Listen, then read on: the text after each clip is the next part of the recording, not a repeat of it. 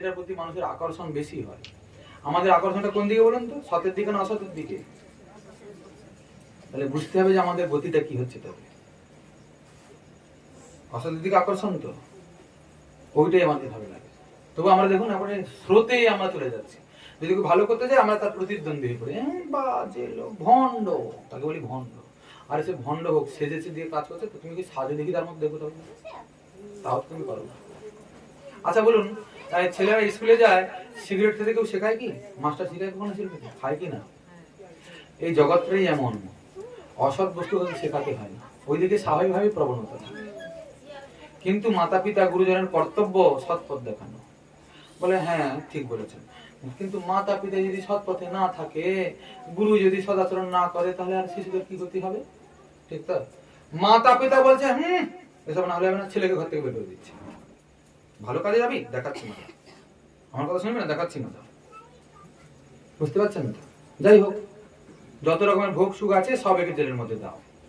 আচ্ছা, যত রকমের সুন্দরী সুন্দরী মেয়ে ছিল, যত ভালো মন্দ খাবার ছিল, যত রকমের নেশা ছিল, সব জেলের ভিতরে তাকে দিয়েছে। আজকে একদিন হয়ে গেল, রাত্রি প্রহরী বলেছে আজকে প্রথম দিন, ঠকাস করে একটা মেরে দিল।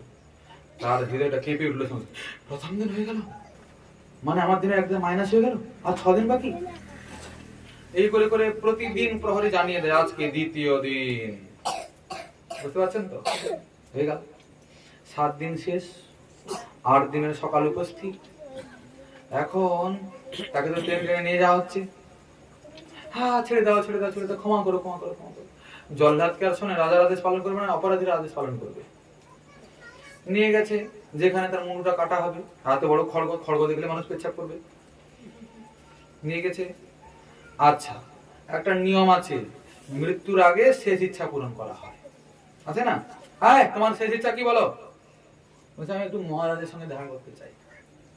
আচ্ছা, খবর পাঠানো হলো, মহারাজ সঙ্গে সঙ্গে উপস্থিত। বলো বলো বলো, কি ব্যাপার কি ব্যাপার? আপনার সঙ্গে দেখা করতে চাই। আচ্ছা, কি বলো? আমাকে ক্ষমা করে দাও দাদা, আমার বড় ভুল হয়েছে। সেই একই কথা না, তোকে মরতে হবে।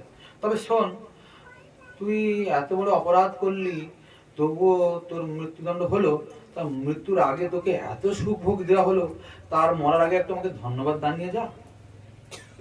কি, তুমি অপরাধী, তবুও তোমাকে এত সুখ ভোগের ব্যবস্থা করে দেওয়া হলো জেলের ভিতরে, আবার তা তুমি মরে তো যাবে, একটু ধন্যবাদ জানিয়ে দাও, তোমাকে আমি এত সুখ টুক দিলাম। সে ব্যক্তি করবে কি, তার নয়ন দিয়ে বাড়িধারা বিগলিত হচ্ছে। বলছে দাদা কি বলো? কেন?